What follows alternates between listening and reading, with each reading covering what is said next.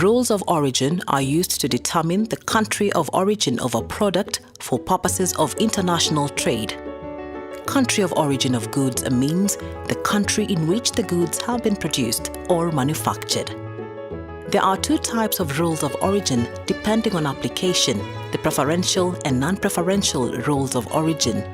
The exact rules vary from country to country, from agreement to agreement.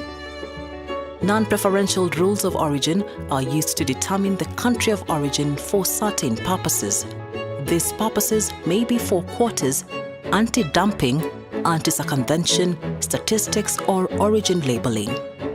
The basis for the non-preferential rules originates from the Kyoto Convention, which states that if a product is wholly obtained or produced completely within one country, the product shall be deemed having origin in that country.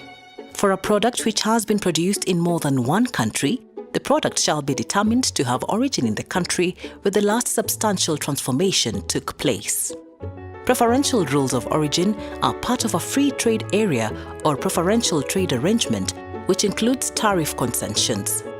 These trade arrangements might be unilateral, bilateral, or regional, also sometimes called multilateral trade arrangements. In the East Africa Community, 6 types of rules of origin are used. 1. East Africa Community Rules of Origin used among partner states. 2. East Africa Community and European Union Economic Partnership Agreement. 3. Common Market for Eastern and Southern Africa Rules of Origin used by Burundi, Kenya, Rwanda, and Uganda. 4.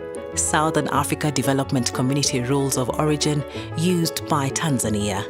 5. African Growth and Opportunity Act Rules of Origin granted by the United States of America government to grant African products preferential access to the American market.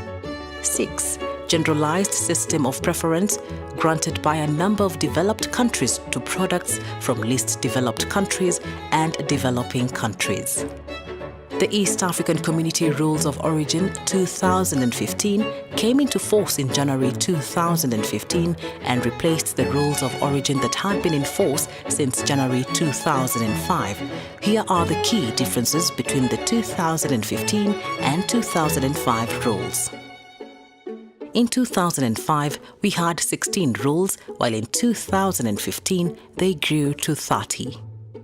The EAC Rules of Origin had 5 schedules of rules in 2005, and in the 2015 Rules of Origin, there are now 6 schedules.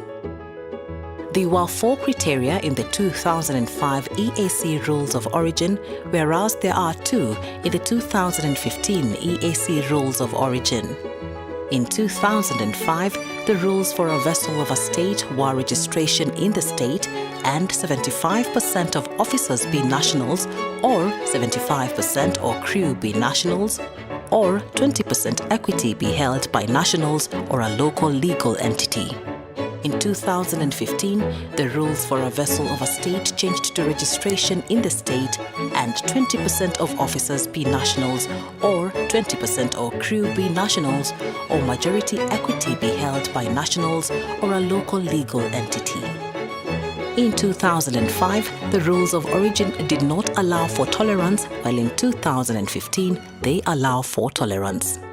The EAC Rules of Origin had one type of cumulation in 2005.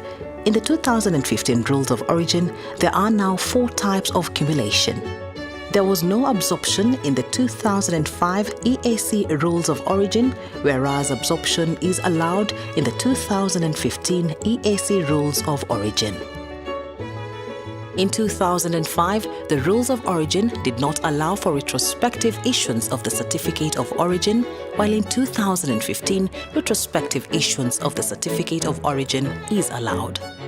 The EAC Rules of Origin Simplified Certificate of Origin threshold was $500 in 2005, and in the 2015 Rules of Origin, the Simplified Certificate of Origin threshold is $2,000. The criteria abbreviations for Box 7 of the Certificate of Origin were P, M, V, and X in the 2005 EAC Rules of Origin, whereas they are P, M, C, and S in the 2015 EAC Rules of Origin. In 2005, the Rules of Origin use ex-factory cost in calculating value added locally, while in 2015, they use ex-wax price to calculate the same. The EAC Rules of Origin change in tariff heading stopped at heading level in 2005. In the 2015, Rules of Origin change in tariff heading stops at heading and subheading level. Proof of origin was done using the Certificate of Origin only, and its validity was not specified in the 2005 EAC Rules of Origin. In the 2015 EAC Rules of Origin, proof of origin is done using the Certificate of Origin, the original declaration. They are valid for 6 months.